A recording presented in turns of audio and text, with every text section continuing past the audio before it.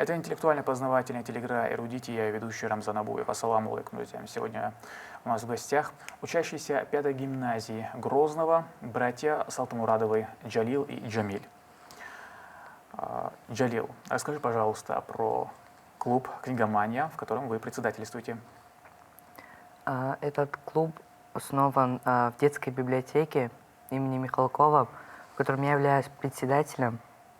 Был он создан относительно недавно, получается, уже год назад.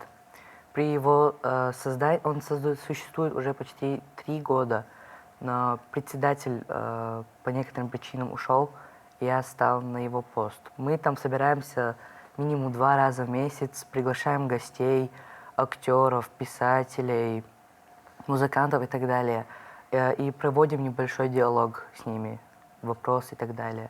Также бывают конкурсы чтецов, викторины.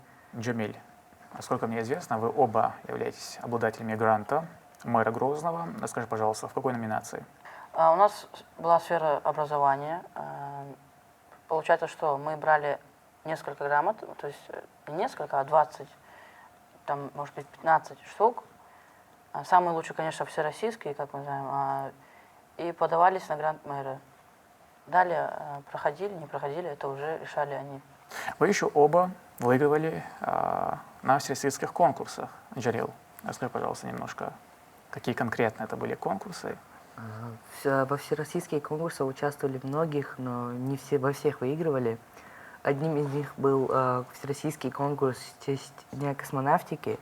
В Национальной библиотеке проводилась викторина, опрос, затем давались тестовые задания, которые позже отправлялись через сайт.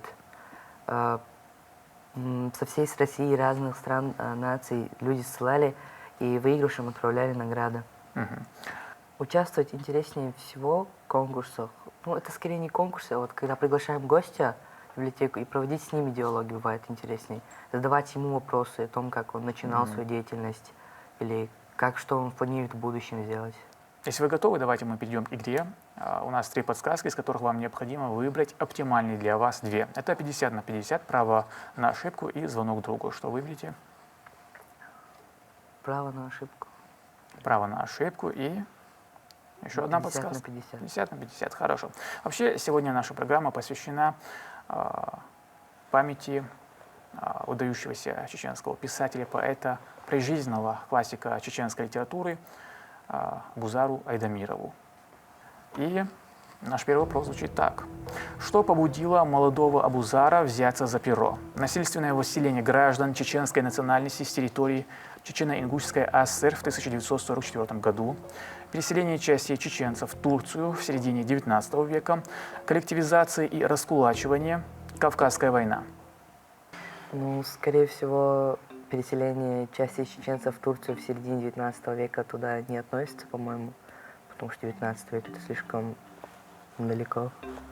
Ты как думаешь? Наоборот. Потому что несколько его рассказов как раз были написаны по теме переселения части чеченцев в Турцию в середине XIX века, потому что никто ранее не упоминал об этом. И Абузар Айдамиров решил это упомянуть как раз-таки в своих рассказах.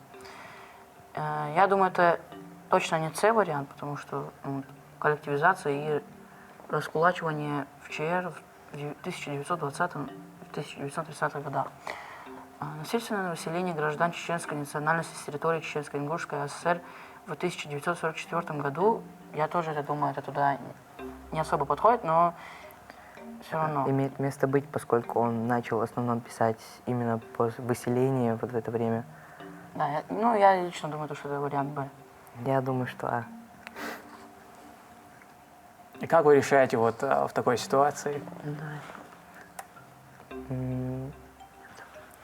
Ну, основываясь на большее количество фактов, которые может кто предложить. Если их больше, то относим к тому и варианту. И Б?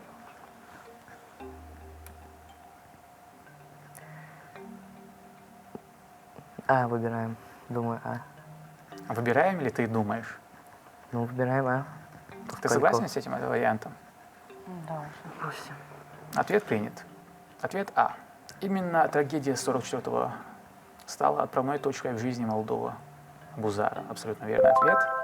Абузар Айдамиров написал повесть «Один день судьбы», в которой описывались события 23 февраля 1944 года, но она не была опубликована. На материал о выселении народов в СССР был наложен неофициальный запрет. Эта тема не освещалась даже в период хрущевской оттепели.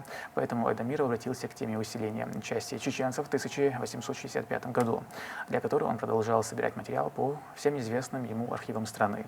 А «Один день судьбы» смог увидеть свет лишь спустя 33 года с момента написания. Второй вопрос. Кто стал первым литературным наставником будущего писателя? Александр Пушкин, Саид Бадуев, Александр Казбеги, Уильям Шекспир. Я думаю, это не Уильям Шекспир, потому что в те годы он даже не был жив, не мог наставить никак Абузара. Ну и думаю, что это не Александр Пушкин, поскольку жанры, в которых они писали, отличались друг от друга. У них была разная философия и так далее. Ты что думаешь? Да, действительно, Уильям Шекспир и Александр Пушкин точно его не наставляли. Да, я думаю, если честно, это не Саид Бадуев, потому что у Саида Бадуева, так же, как и у Александра Пушкина, были такие же рассказы, то есть не по той тематике, поэтому я думаю, это Александр Казбеки, вариант С. Ответ С. Согласен. Жизнь и творчество грузинского писателя Александра Казбеги оказали огромное влияние на творчество начинающегося писателя и в выборе темы, литературного стиля, жанра. Абсолютно верный ответ. Третий вопрос. Кто из героинь романа «Молния в горах» повторила подвиг декабристок? Диши, Малика, Зоя, Айбика. Неоднократно я слышал, конечно, имя Айбика, это Д у нас, но я не думаю, это то, что Зоя, потому что, имя даже не русское. Хотя эта женщина могла быть каким-то главным героем или второстепенным героем в рассказе трилогии, то есть я думаю, это Айбика, потому что частенько слышал имя вот это. Слышал. Но мы говорим конкретно о романе. Романе «Молния в горах». Это же роман Абузара Айдамирова. Верно. Да, «Молния в горах» вторая часть. Лямныш, Трайс, кажется. Немножко.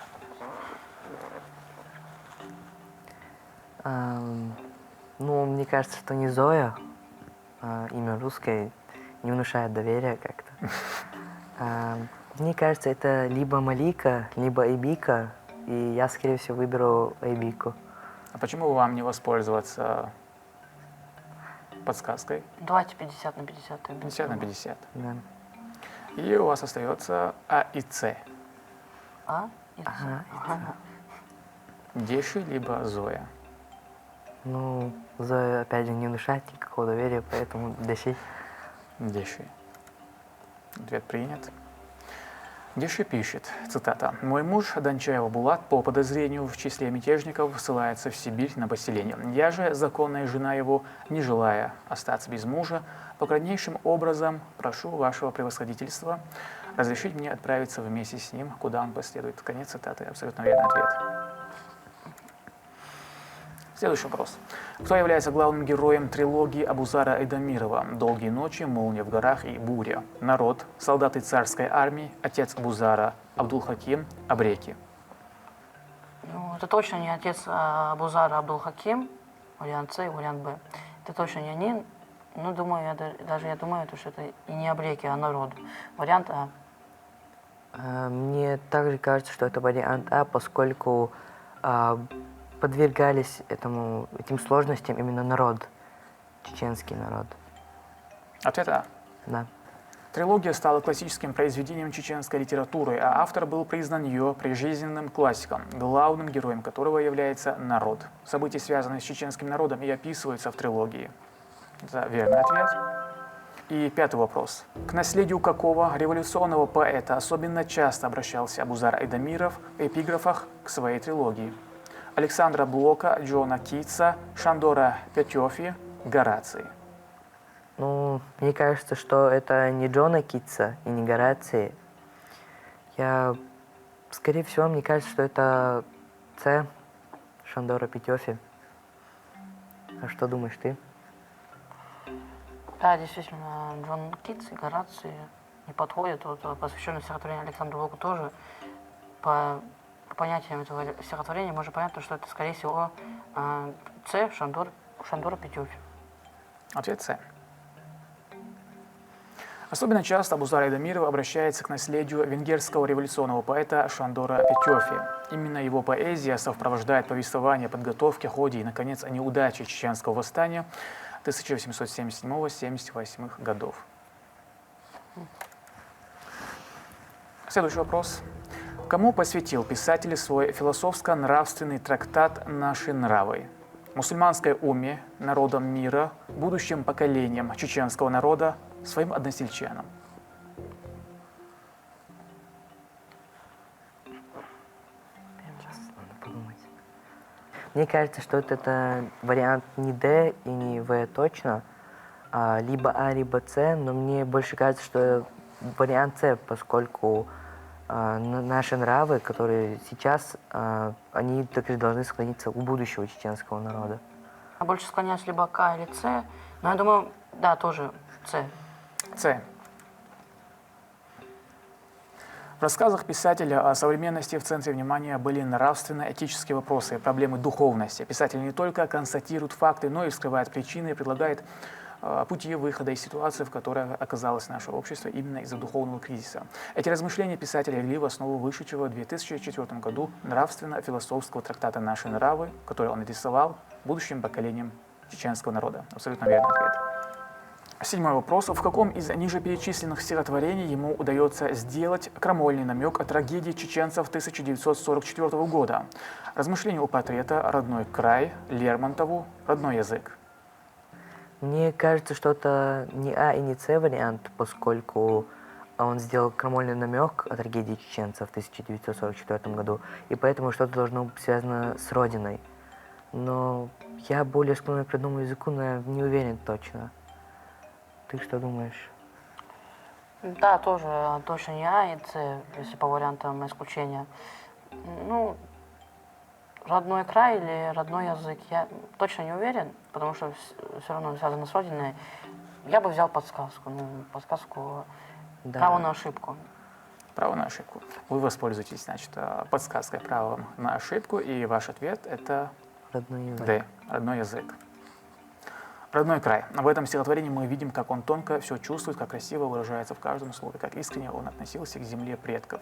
И говорить напрямую о той трагедии, конечно, нельзя было, но крамольный намек в этом стихотворении ему удается сделать о своей трагедии, о трагедии своего народа. Это неверный ответ, но благодаря подсказке вы идете дальше. Восьмой вопрос. А какая у нас подсказка осталась? У вас Небольшой никакой больше нет. А, нет. В образе какого героя Абузар Айдамиров пронес мысль о проникновении идеи русского освободительного движения в национальные окраины? Берса, Алибека, Элси, Арспи. Сумка. Ну, я, скорее всего, я видел, это читал, это точно не А, С, Д, то есть это не Берсов, не Элси, не Арсби, а именно Алибека. Алибека. Ты согласен? Да, я уверен. И ты уверен? Ты уверен в своем брате или уверен в правильном ответе? Я уверен в своем брате и его правильном ответе. Ничего себе. Или вы все же поразмыслите? Поразмыслить еще надо. Я не настаиваю, я просто спрашиваю. Алибека. Это более... Поразмыслить дадес, короче, надо что-то делать тому аккуратно подходить к своей Я мысли. сказал то, что я читал, и все. Не, читай, надо. Это же шоу. Нет, почему это? Вполне себе, я не настаиваю сейчас вас. Да, размыслить. Алибека, что понял. Ответ какой у вас? Алибека, Б. Алибека. Итак, это окончательный ответ? Да. Да, Джалил? Да. Ответ принят. Мысль о проникновении идеи русского освободительного движения в национальные окраины наиболее полно реализована в образе Берсы. Это неверный ответ. Он выпускник Санкт-Петербургского кадетского корпуса. Его ожидала карьера офицера царской армии, но под влиянием трудов Герцена, Чернышевского, Добролюбова он избирает путь борьбы за народное счастье, и личной судьбой он близок к революционным демократам. Как многие разночинцы, он прошел через Чахотку и Сибирь. Немножко неверный ответ, но Там про Алибека все равно что-то было. что-то, может быть, было. Что-то. Но на самом деле 8-й вопрос, дойти до 8-го вопроса, мне кажется, это прекрасный результат. И мне кажется, в вашем возрасте говорить о проигрыше нельзя. Я даже не сказал бы, что я бы даже не сформулировал бы итог этой игры как проигрыш. Я бы сказал, что это прекрасный результат и хорошее достижение.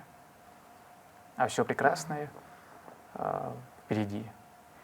Мне понравилась программа и в основном замысел этой программы, поскольку здесь эрудит проводился именно про Абузара Айдамирова, человека, который очень ценил свой родной край, свой язык, нравы своих предков. Он тонко чувствовал эту философию и хотел распространить ее по всему миру. Я очень счастлив, что такой человек существовал, жил на этой земле. Да, действительно, программа интересна. Мне нравится весь процесс этой игры, нравятся вопросы, они очень хороши. Надо быть внимательным в этих вопросах и весело отвечать на них. Джалил, Джамиль, я поздравляю вас с таким блестящим, я бы даже сказал, результатом. Я рад и горд, что вы приняли приглашение и пришли. Это была интеллектуально-познавательная телеигра «Эрудит». С вами был Рамзан Абуев. Если вы хотите принять участие в нашей программе, пишите и звоните на номер, который вы сейчас видите на своих экранах. Адикюэл Маршайл.